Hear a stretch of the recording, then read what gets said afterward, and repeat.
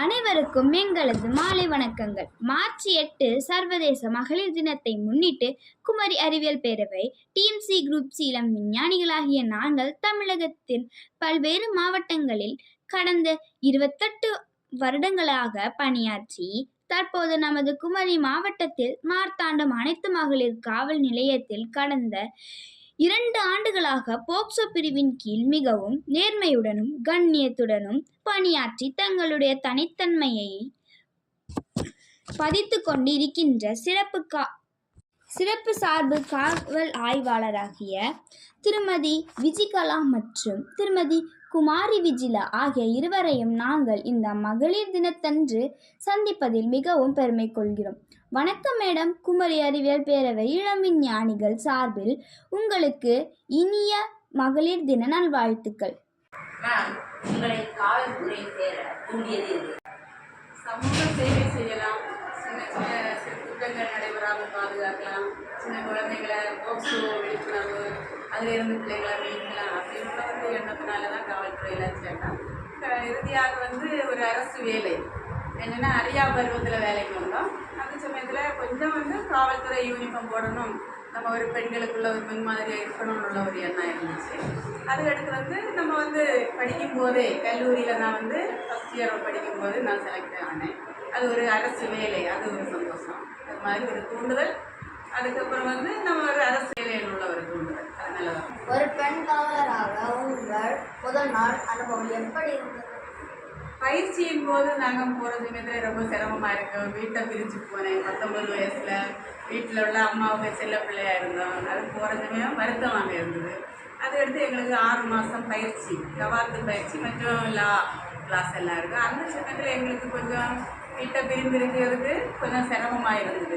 இருந்தாலும் தற்போது செய்கிற வேலையில் ஒரு நிறைவாக இருக்குது. அப்படின்னா மகளிர் காவல் நிலையத்தில் போக்சோ கேஸை பார்க்குறோம். அப்போ உங்களை போல் உள்ள பிள்ளைங்களுக்கு இப்போ வாட்ஸ்அப்பு குழுவில் எல்லாம் பிள்ளைங்க ரொம்ப உன்னை கூட ஒரு கேஸ் ரிமாண்ட் பண்ணுறது வாட்ஸ்அப்புனால அந்த பொண்ணு தன்னுடைய வாழ்க்கையை தற்கொலை செய்ய முயற்சித்தான். அதனால தான் இந்த பையனை நாங்கள் மத்திய பிரதேசத்தில் போய் கூட்டிகிட்டு என்ன ரிமாண்ட் பண்ணுறோம். அந்த போகிறாங்கல்ல அது.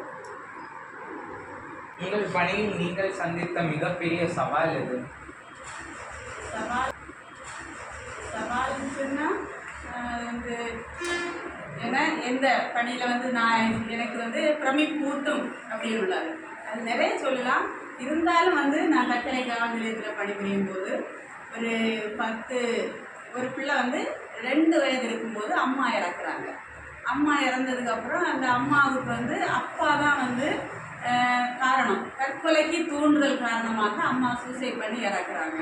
அப்போ அந்த பிள்ளைக்கு 23 வயசு. நான் தற்கொலை காவல் நிலையத்தில் பணிபுரியும் போது அந்த பிள்ளைக்கு 23 வயசு. அம்மா இறக்குறது 2 வயசில் இறக்குறாங்க. அதுக்கடுத்து அந்த பிள்ளைக்கு 22 வயசாக இருக்கும்போது அப்பா சூசைட் பண்ணுறாங்க. இது 2 வழக்குகளும் தற்கொலை காவல் நிலையத்தில் இருக்குது. இப்படி இருக்கிற சமயத்தில் அந்த பிள்ளைக்கு என்னன்னு கேட்டால் டீச்சர் ட்ரைனிங் படித்து அவள் வேலை பார்க்குறான். வேலை பார்க்குறதுன்னா அவளோட ஃப்ரெண்டு கூட வந்துருக்கு. அவளுக்கு நகை கஷ்டப்பட்டு வச்சுருந்தா 3 பொன் நகையை திருடுறான், கொஞ்சம் ஃப்ரெண்டாக. அந்த சமயம் தான் எங்கள் காவல் நிலையத்துக்கு புகார் மனு கொடுக்கறதுக்கு நான் தக்கலையில் இருக்கவும் வாரான். அந்த பிள்ளைக்கு கொஞ்சம் அப்பாவுக்கு ப்ராப்பர்ட்டி இருக்குது. அப்பா பேரண்ட்ஸு அவங்க ரிலேஷன் அம்மாவுக்கு அம்மா அவங்கள கவனிச்சிட்டு இருந்தாங்க. அதுக்கடுத்து யாருமே கவனிக்கலை. ஏன்னா அப்பா இறந்துச்சு, அம்மா பிறந்த உடனே அம்மா இறந்துச்சு, அப்பா இறந்துச்சுன்னு நம்ம ஊரில் சொல்லுவாங்கல்ல, தார்த்திரியம் கெட்ட பொண்ணுன்னு, அந்த மாதிரி அந்த பிள்ளையை ஒதுக்கி அவள் தனிமையில் தான் வாழ்ந்துட்டு இருந்தான். அப்படி இருக்கிற சமயத்தில் அவள் டெத்து சர்டிஃபிகேட் எடுக்கணும். அம்மாவுக்கும் எடுக்கணும், அப்பாவுக்கும் எடுக்கணும். அப்பாவுக்கு ரீசெண்ட் அவ்வளோனால நம்ம வழக்கை பார்த்து எல்லாம் எழுதி கொடுக்குறதுல எடுக்கிறதுக்கு ஒரு வாய்ப்பு இருந்துச்சு. அம்மாவுக்கு அது 98ன்னு நினைக்கிறேன், 98ல் இறந்தது. அப்போ என்ன செய்கிறதுக்கு ஒரு வழி வேணுமே மேடான்னு கேட்டுச்சுல்லையா. என்னோட ஒரு முயற்சினால் எஃப்ஐஆர் இண்டெக்ஸ் இந்த டாக்குமெண்ட் எல்லாம் ஒரு 3 வருஷம் 4 வருஷம் அந்த கேஸ் முடித்தது நம்ம டெஸ்ட்ராய் பண்ணியிருக்கோம்.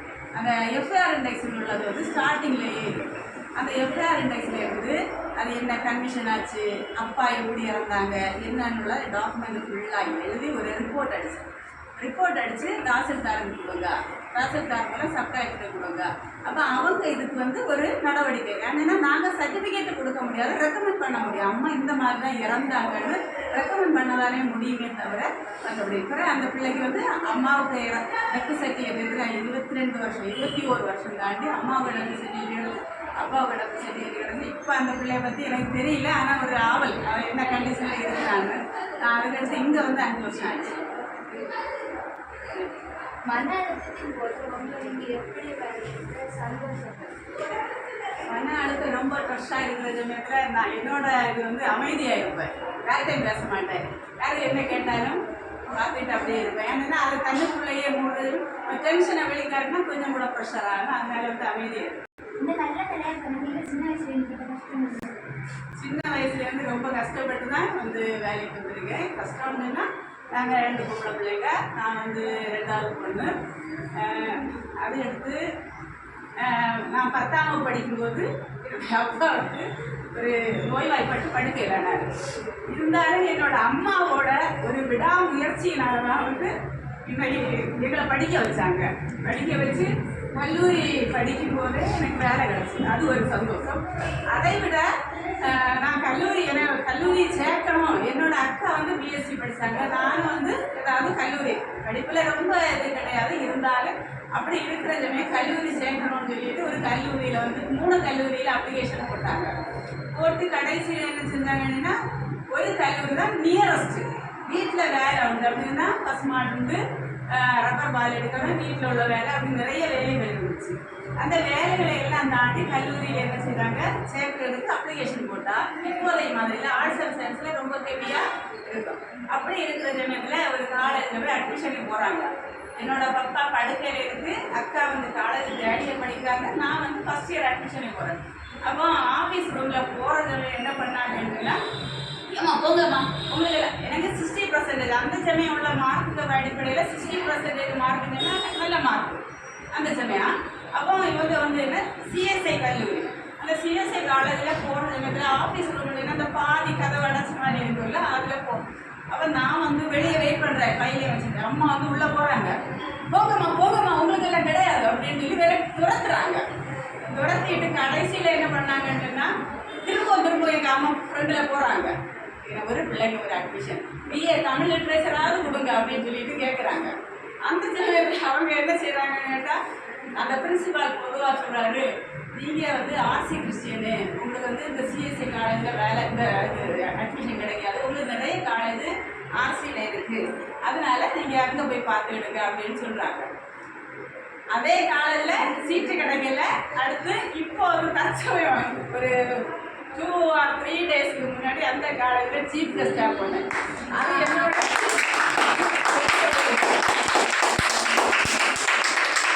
அதனால காலங்கள் வந்து பல விதத்தில் இருக்கும்.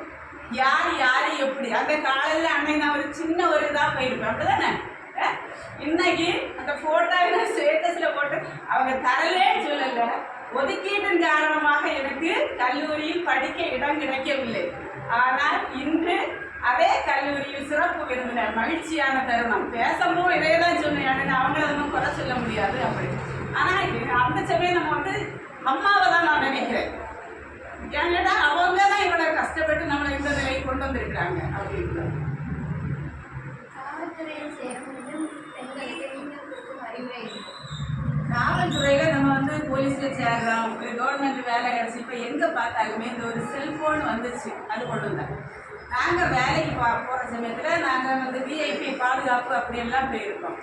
இப்போ இந்த அக்காண்டுன்னா இந்த அக்காவுக்கு கூட இருந்து அவங்க குடும்ப கதை என்னோட குடும்ப கதை பேசி ஆறுதல் அடைக்கும். இப்போதே அப்படி இல்லை. இப்போ ஒரு இடத்துல போகலான்னு சொன்னால் எப்போவும் செல்ஃபோன், இந்த செல்ஃபோனில் இதே மாதிரி தான் இருக்கிறாங்க. அப்போ இந்த பிள்ளைங்க மனநிலை என்னவா இருக்குன்னு சொல்லி அவளும் செல்ஃபோனும் நானும் செல்ஃபோன் இப்படி இருக்குது. ஒரு வேலைக்கு வந்தோடனேன்னா மற்றவங்களோட பேசி பழகணும். நான் என்ன வேலையை மட்டும் பார்த்தா போதும்னுள்ள ஒரு எண்ணத்தில் இருக்கக்கூடாது. அதனால் அது ஒன்று.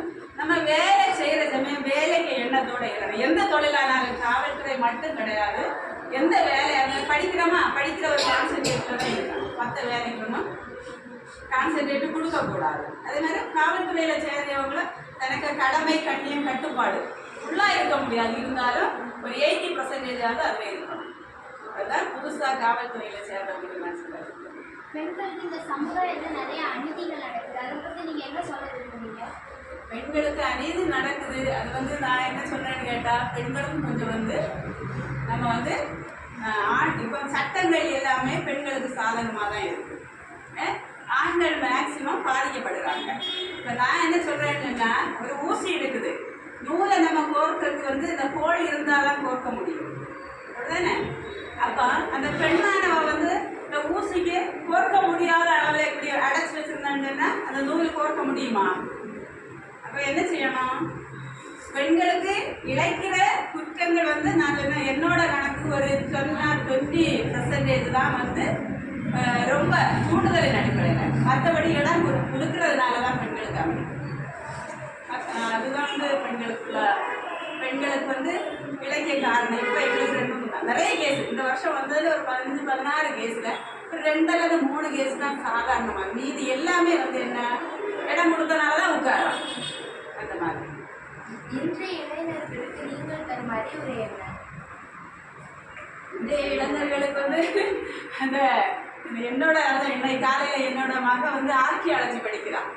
எல்லாருமே வந்து என்ன செய்வாங்க, முன்னோட்ட காலத்தில் போகிறதுக்கு புதிய கண்டுபிடி இப்போ வந்து இந்த ஆர்டிஃபிஷியல் இன்டெலிஜென்ஸ் வந்து ஏஐன்னு உள்ளது முக்கியமாக எல்லாருமே பயன்படுத்துகிறாங்க, அப்படிதானே? அதை கண்டுபிடிக்கும். அப்போ என்னோட ஒரு டவுட்டு என்னடா, எல்லாரும் ஒன்றஞ்ச நிலையில் போகிறாங்க, என்னோட மகன் பின்னாடி போயிட்டாங்க அப்படின்னு சொல்லி ஒரு இது நினைச்சு திங்க் பண்ணேன். அப்போ இப்போதைக்குள்ள சூழ்நிலையை பார்க்குறதுக்கு நமக்கு வர நோய்கள் எதனால வருது? இப்போ எக்ஸ்கவேஷனுக்கு போயிட்டு ஒரு வீடியோ எடுத்து காமிக்கிறா, தண்ணி வந்து கூலாக வச்சிருக்கிற இடம், அப்படின்னா மண்ணுக்கடியில் கல்லெல்லாம் கட்டி அதை மூடி வச்சிருக்காங்க. எங்கள் சிந்து சமவெளி நாகரீகம் இருக்குல்ல, அங்கே போயிருக்கு. அப்போ நினைக்கிறேன், இன்னைக்கு நம்ம நோய் இல்லாதவங்க எத்தனை பேர் இருக்காங்க? எல்லாருமே ஏதாவது ஒரு நோய். நானும் நல்ல உழைப்பாளியாக தான் வேலைக்கு வாங்குறேன்னு எல்லாருமே நோய்வாய்ப்பட்டு தான் இருக்கிறோம். ஆகவே வந்து ஒன்று நம்ம செல்ஃபோனை வந்து தேவைக்கு பயன்படுத்தணும். செல்ஃபோனில் வந்து நம்ம தேடுதலின் மூலம் பார்க்கல, அப்படிதானே? தோண்ட வாரதை பார்க்குறோம் நம்ம. இப்போ வந்து நான் இப்போ ஒன்று பார்க்குற சமயத்தில் அடுத்து வர்றது அது என்ன, அது அடுத்து பார்க்குறது அடுத்து என்ன, அதுதான் நம்ம பார்க்குறோமே தவிர, நான் இப்போ இன்னைக்கு நீங்கள் வந்து இளம் விஞ்ஞானிகள்னு சொன்னால் அவங்க என்ன, இப்போ வந்து காலேஜில் போன சமயம் கூட பேசினேன். இப்போ வந்து சயின்ஸ் டே இன்னைக்கு நேஷனல் சயின்ஸ் டே, இளம் விஞ்ஞானிகள் February 28. அப்போ February 28 சயின்ஸ் டே வர காரணம் எப்படி? ராமன் பிள்ளை எப்படி வந்துச்சு? அவர் வந்து லண்டனில் படிக்க போகிறாரு. யார்? CV ராமன். லண்டனில் படித்து முடிச்சு வாராரு. வார சமயம் 15 நாள் கடல் பயணமாக வாராரு. வார சமயத்தில் அவர் என்ன செய்தார்? கடலில் 15 நாள் பயணமாக வார சமயத்தில் இப்படியே செல்ஃபோனையும் பார்த்துட்டு கடலை போட்டுட்டு இருந்திருந்தேன்னா இன்னைக்கு அவர் நோபல் பரிசு பெற்றிருப்பாரா? என்ன கண்டுபிடிச்சாரு? கடல் நீர் ஏன் நீளமாக இருக்குது, கடல் நீர் கருநீளமாக இருக்குது. அப்போ வானத்தில் உள்ள அந்த லைட் ப்ளூ வந்து ரிஃப்ளெக்ட் ஆகி வருதுன்னு உள்ளது அவருக்கு கண்டுபிடிக்கும். அப்போ அதை ரிஃப்ளெக்ட் ஆனால் இதுவும் லைட் நீளத்தில் இருக்கும். ஏன் இவ்வளவு கடும் கலரில் இருக்குன்னு அவர் வந்து அந்த 15 நாளும் என்ன விடாமுயற்சியினால் ஆராய்ச்சி பண்ணதுனால தான் அவர் என்ன அந்த தியரியை கண்டுபிடிச்சார், அப்படிதானே? இது நம்ம இப்போ நாகர்கோயிலேருந்து மார்த்தாண்ட வர்றதுக்கு கையில் உடனே என்ன செய்வோம்? செல் எடுப்போம். இதை பஸ்ஸில் வந்தால் ஐயோ நான் வெளிச்சால இப்படி இருக்குது அப்படின்னு உள்ளதை நம்ம திங்க் பண்ணி இது இப்படி இருந்த ஊர் எப்படி இருந்தது, பஸ்ஸில் யார் வாராரு, திருட்டுக்காரங்க வராங்க, இதை மாதிரி திங்க் பண்ணலாம்ல. நம்ம அந்த அரை மணி நேரத்தை அலைபேசியில் வந்து செலவு பண்ணியோம். ஆனால் நம்ம வந்து திங்கிங் மென்டாலிட்டியோட பழைய காலத்தில் உள்ளது மாதிரி நம்ம வந்து ரிசர்ச் பண்ணக்கூடிய தன்மையிலேயே இருக்கோம். செல்லு பயன்படுத்தக்கூடாது. இன்னும் நம்ம செல்லு ஒரு 6 விரல் மாதிரி தான் பயன்படுத்திட்டு இருக்கோம், அப்படிதானா? அதனால இந்த இளைஞர்கள் வந்து நம்ம சமுதாயத்தில் முன்னேறணும்னு சொன்னால் இந்த மாதிரி இருந்தால் தான் வாழ்க்கையில் முன்னேற முடியும். இளைஞர்கள் உங்களை படிக்க வைப்பாங்கய்யா, நான் படிக்கலை, நம்ம பிள்ளைகளாக படிக்கணும், உங்களை இங்கிலீஷ் மீடியம் படிக்க எல்லா பெற்றோரும் ஹை லெவல்லையா படிக்க வைக்கிறாங்க, அப்படியா படிக்க வைக்கிறாங்க? அம்மா அப்பா எல்லாம் நல்ல ஹை லெவலா? இல்லை ஏதாவது ஒரு தொழில் செய்து அதில் கஷ்டப்பட்டு உங்களை படிக்க வைக்கிறாங்க. அப்போ நீங்கள் என்ன பண்ணணும்? நல்லா படித்து நல்ல இதாக வரணும். வந்துட்டு அவங்களுக்கு ஒரு முன்மாதிரியாக இருந்து அவங்க விரும்புகிற மாதிரி உங்களுக்கு விருப்பப்படணும். பட் அவங்க விரும்புகிற மாதிரி ஒரு வாழ்க்கையில் நம்ம போகணும். அதுதான் நமக்கு தேவை. அப்போ தான் நம்ம நல்லா இருக்க முடியும். புரியுதா? இப்போ நம்ம அம்மா அப்பா கஷ்டப்படுத்தி நம்ம இது பண்ணி போனோன்னா நம்ம வாழ்க்கை என்றைக்குமே நமக்குமே சந்தோஷமாக இருக்காது. புரியுதாப்பா? அதனால பொம்பளை பிள்ளைகளும் சரி ஆம்பளை லவ் நிறைய இப்போ வரக்கூடியது லவ்வே கிடையாது. இப்போ உன்னை பார்த்து உடனே நீ இப்போ நல்லா மேக்கப் பண்ணிட்டு போகிற, இவன் பார்த்தான் உனக்கு பார்த்தான் உடனே 2 நாள் முடிச்சுட்டு போவா, அடுத்த 4 நாள் இப்படி போவீங்க, அப்புறம் 5 நாள் இப்படி ஆகும், அதுக்கப்புறம் வேறு மாதிரி ஆகும், அப்புறம் கை கொடுப்பீங்க. லவ்ன்றது ரொம்ப புண்ணியமானது. அது எவ்வளோ நாள் கழிஞ்சு வருதோ அது இவ்வளோ நம்ம டச் ஆகாத வரைக்கும் தான் அது லவ். டச் ஆச்சுன்னா அது லவ்வே கிடையாது, வாழ்க்கையே ஸ்பாயில். அதுக்கு ஒன்று டைம் உண்டு. நம்ம ஒரு ஸ்டேஜ் ஆகி நீங்கள் படித்து நீங்கள் லெவலுக்கு வந்து அதுக்கப்புறம் அதே அவரையே நீ கல்யாணம் பண்ணலாம். அப்போ பெற்றோருக்கு விருப்பத்தோடு நான் அவங்கள விரும்புகிறோமா, நமக்கு ஜாப் ஆச்சு அவங்களுக்கு ஜாப் ஆச்சு, நாங்கள் இப்போ நல்லா இருக்கோம் அப்படின்னு சொல்லிட்டு பெற்றோருக்கு விருப்பம் பண்ணிங்கன்னா நீங்கள் நல்லா இருக்கோம். நல்லா இருக்க முடியும். இடையில பாதியில் வந்தோடனே ஐயோ எனக்கு வேணாம் உன்னை நீ இழந்துருவேன். உங்களுடைய ஸ்டேஜ் அது வந்து ஒரு என்ன அது சொல்லலாம், அஃபெக்ஷன் ஸ்டேஜ். இந்த ஸ்டேஜில் வந்து அது ஒரு எத்தனை கிளாஸ் இருந்ததுன்னா ஒரு 13 வயசுலேருந்து இது ஆரம்பிக்கும். 12 வயசு தாண்டி 13 வயசு 12 வயசுலேயும் இப்போ பிள்ளைகள் போகுது. அது காரணம் சொன்னாப்போ அப்படி மற்றபடி 13 வயசுலேருந்தே இந்த அஃபெக்ஷன் இயற்கையாக எங்களுக்கு தான் இருந்துச்சு. அதையெல்லாம் தாண்டி தான் நாங்கள் வரோம்.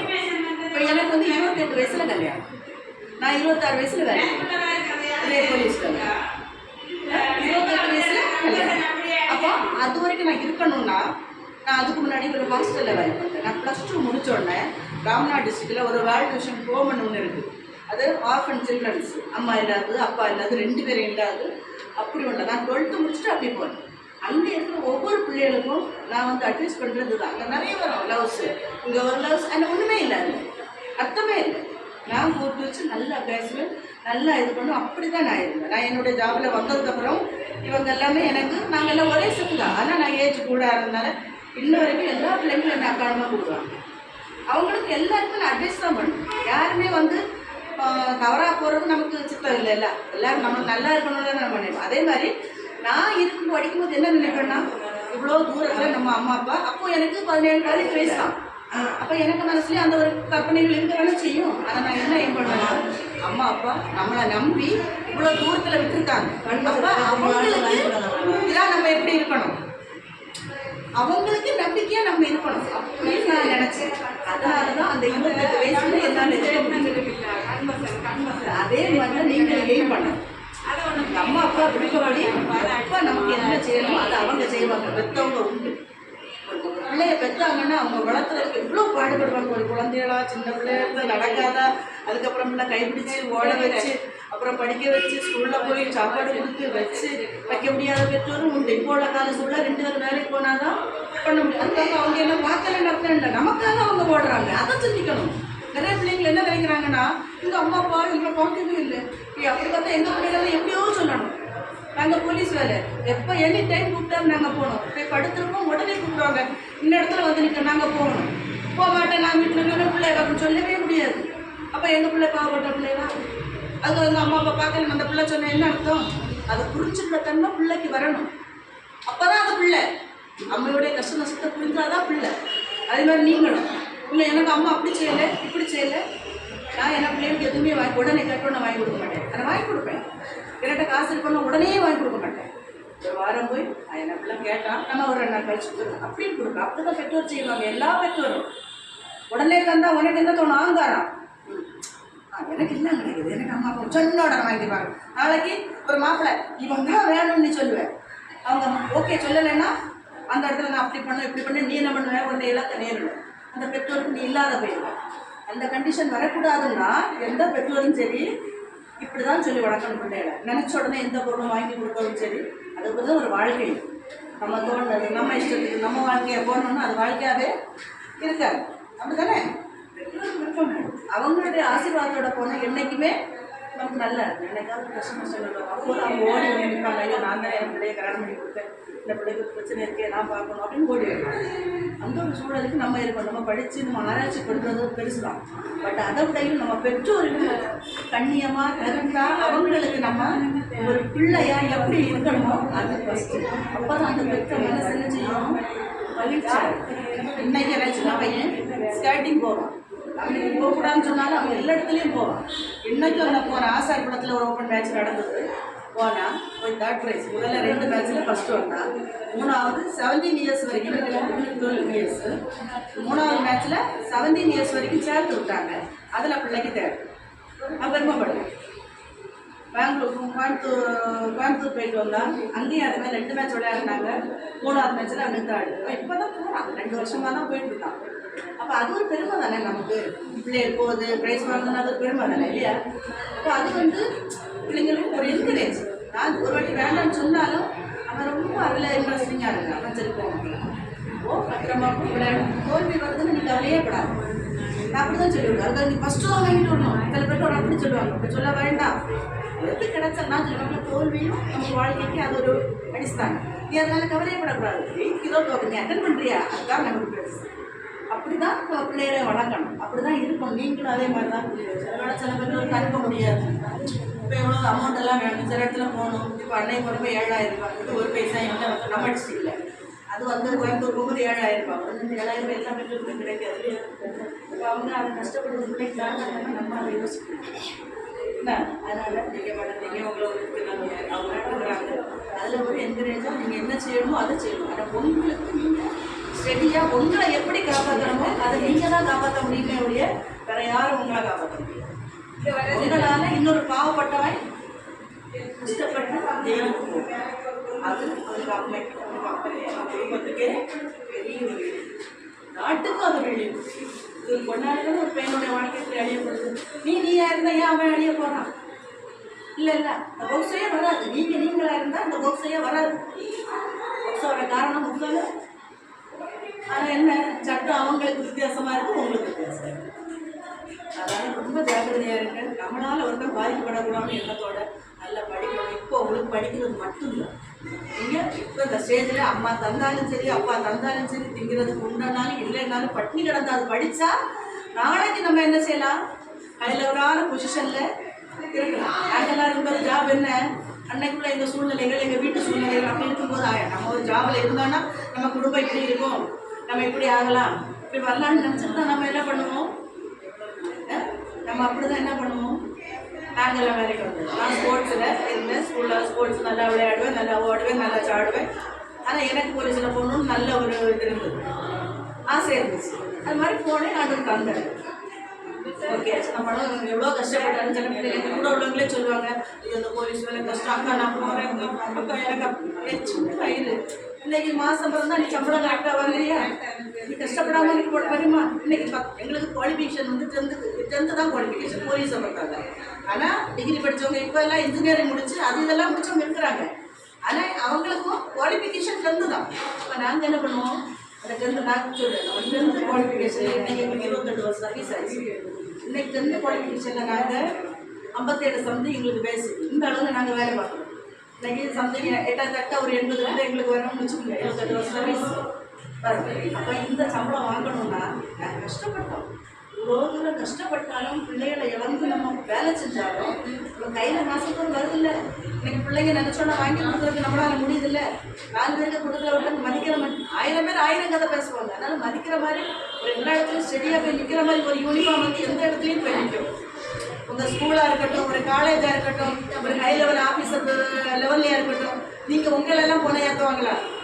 ஆனால் போலீஸுங்க அந்த ஒரு மரியாதை எவ்வளோ ஒரு பெரிய விஷயம் தானே. இந்த யூனிஃபார்ம் வந்து அவ்வளோ ஒரு பவர் இல்லையா இல்லையா? அது விரும்பி போகிறவங்க போவாங்க. அந்த ஜாபில் இருக்கணும். நம்ம செய்கிற வேலையே கஷ்டமானாலும் நம்ம விரும்பி என்ன செய்யணும், ஈடுபட்டா விரும்பி நம்ம போனால் கஷ்டம் எல்லாம் போகும். நாங்கள் இருந்தாலும் வருத்தப்பட்டு அழுவோம். அந்த ரிஸ்க்காக இருக்கேன், டியூட்டி கஷ்டமாக இருக்கேன். எல்லாத்தையும் 3 நாள் PM டியூட்டி முடிச்சு வந்தோம். விடிய காலம் 4 மணிக்கு தான் வந்தாலும் விடிய முன்னாடி 3 மணிக்கு ஈவினிங் திரும்ப பாலின்னு சொல்கிறாங்க எங்கள் டியூட்டி. வயது சங்கடப்பட்டு தான் வந்தோம். ஒன்று ட்ரெஸ்க்கு வைக்க முடியல. ஆனால் நம்ம ஜாபு கூப்பிட்டா வரமாட்டேன்னு சொல்லவே முடியாது. ரிலாக்ஸாக இருந்தால் நம்ம அன்னைக்கு ரெஸ்ட் எடுத்து மறுநாள் வந்தால் போதும். பட் இந்த கண்டிஷனில் வர முடியாது. கூப்பிட்டா கண்டிப்பாக தான் வேலை. ஆனால் நமக்கு வேலை இதுதான். கஷ்டப்பட்டாலும் நாங்களும் இல்லை கண்ணடைச்சிக்கிட்டு கரெக்டாக ஐடியும் நாங்கள் உள்ள யாரையும் இல்லை. அப்போ அதே மாதிரி நீங்கள் வாங்க. இதே மாதிரி ஒரு ஜாப், இந்த ஜாப்னு நான் சொல்ல வரல, உங்களுக்கு விருப்பப்பட்ட ஜாப். மாதம் வந்து அந்த ஒரு திருப்பி நம்ம கையில் வர மாதிரி நம்ம என்ன சொல்லுவோம், நம்ம பிள்ளைங்களுக்கும் பெற்றோர் மகிழ்ச்சியாக முதல் மகிழ்ச்சி வந்து பெற்றோர் மற்றவங்க தான் நினைப்பாங்க நான் கீழே கிடந்துட்டு பிள்ளைய வளர்த்தேன், என் பிள்ளை ஹை லெவலில் இருக்கணும், நல்லா இருக்கணும், நல்லா வாங்கணும், படிக்கணும், அவங்க எதுவும் பண்ணுவாங்க. உங்களை அடிக்கிறாங்கன்னா அடிக்கிறாங்க. உங்களை படிக்கிறப்ப டீச்சர்ஸ் அடிக்கக்கூடாதுன்னு இப்போ இருக்குது. அந்த டீச்சர்ஸில் அடிப்பட்டதுனால தான் நாங்கள் இன்னைக்கு இந்த லெவலில் இருக்கணும். நான் இன்னைக்கு எனக்கு பிள்ளைகிட்ட போய் சொல்லுவேன், என் பிள்ளைய நீங்கள் அடிங்க, தப்பு பண்ணது இல்லை, தப்பு பண்ண மாட்டோம், படிக்கலைன்னு அது கண்டிப்பாக அடிங்கன்னு நான் சொல்லிட்டு வரேன். நீங்கள் மற்றவங்களை பற்றி கவலைப்படல, நான் சொல்கிறேன். நீங்கள் ஏன்னா ஒரே கம்பு கொண்டு போக சொல்லுவாங்க, இவனுக்கு அடி கொடுங்கன்னு நான் சொல்லுவேன். அடிப்பான், விளையாடுவாங்க. அதனால படிக்கிற இல்லைன்னா நீங்கள் கண்டிப்பாக அடி கொடுக்கணும். அப்படி தான் வளர்க்கணும். அப்படி வளர்க்கலைன்னா பையனுக்கு தெரிஞ்சு வரும். மாதா பிதா குரு தெய்வம், அம்மா அப்பா 2 பேரையும் வணங்கினா குருவை வணங்குறதுக்கு சமம். அந்த குருவை வணங்கலைன்னா கடவுளை வணங்கவே முடியாது. 4வது தான் கடவுளை கிடம் கொடுக்குறது. இந்த 3ம் வணங்குறாங்க. இந்த கடவுளை வணங்குறது இந்த 3 வணங்குறதுக்கு சமம். இந்த 3ஐ வணங்குற கடவுளை வணங்குறதுக்கு சமம். நமக்கு வாழ்க்கையே நோக்கி போகும். அதனால் நீங்கள் எந்த கண்டிஷன்லையும் எந்த தாயும் வாயை ஒரிக்கல அவங்களுக்கோ எந்த பேசவோ செய்யாதீங்க. செல்லுக்காக வேண்டிட்டு வீட்டில் பிரச்சனை பண்ணாதீங்க. செல்லு பார்க்குறத குறைங்க.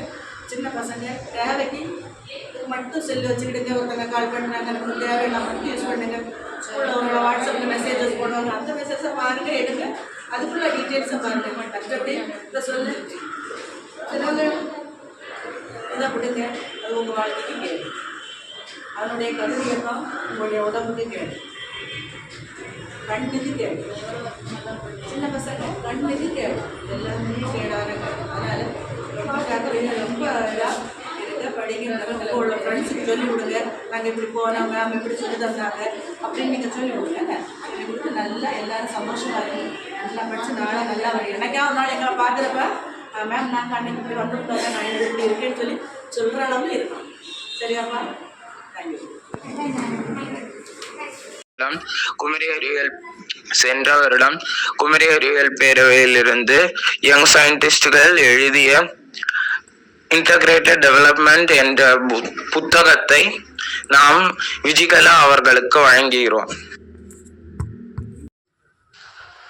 நம்மை அனுப்பி வைத்த குமரி அறிவியல் பேரவை யங் சயின்டிஸ்ட் புரோகிராமுக்கும் நம் கூட நின்ற போலீஸ் அதிகாரிகள் இவ்வளோ வெகுவான நேரங்களிலும் நம்மை கூட ஒரு உரையாடலை நடத்துவதற்கு துணை நின்ற போலீஸ் அதிகாரிகளுக்கு நன்றி கூறுகிறேன்.